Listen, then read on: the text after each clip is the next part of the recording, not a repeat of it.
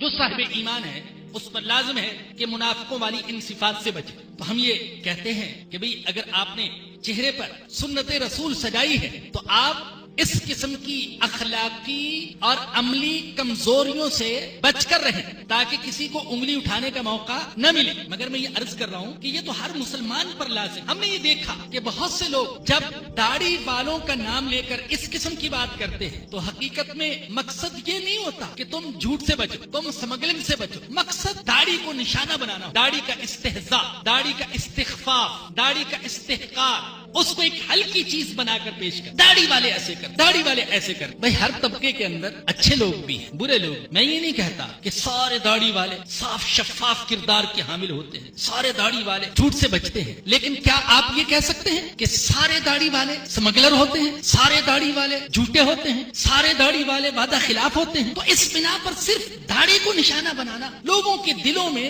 داڑھی والوں اور اس سے بھی آگے بڑھ کر داڑھی کی نفرت پیدا کرنا، عام طور پر یہ مقصد ہوتا ہے۔ پھر یہ دیکھیے مجوسی داڑھی منڈواتے تھے۔ ہمارے آقا صلی اللہ علیہ وسلم کی خدمت میں مجوسیوں کا ایک وفد آیا، داڑھی منڈے تھے اور مونچھیں بڑی بڑی۔ ہمارے آقا نے صحابہ سے فرمایا تم نے یہ شکل و صورت اختیار نہیں کرنی، تم اس کے خلاف کرو، تم داڑھی بڑھاؤ اور مونچھیں کٹواؤ۔ یہ ہمارے آقا نے ان سے فرمایا۔ آج اگر ایک داڑھی منڈا سمگلنگ کرتا ہے، جھوٹ بولتا ہے، رشوت لیتا ہے، منافقت کرتا ہے، تو کیا میں یہ کہوں گا معاذ اللہ، کیا مجھے یہ کہنے کا حق حاصل ہے کہ یہ عاشق مجوسیت ہے؟ کیا مجھے یہ کہنے کا حق ہے کہ میں یہ کہوں کہ سارے داڑھی منڈے ایسے ہی ہوتے ہیں؟ نہیں، مجھے یہ زیبا نہیں ہے کہ میں چند ایک داڑھی منڈوں کی حرکت کی وجہ سے سارے ہی داڑھی منڈوں کو بد کردار، فاسق و فاجر، جھوٹا، اسمگلر، رشوت خور، منافق اور غلیظ کردار کا حامل کہہ دوں۔ مجھے یہ حق نہیں ہے۔ اور پھر بھائی جس شخص نے محض رسول اللہ صلی اللہ علیہ وسلم سے محبت کی بنا، آپ سے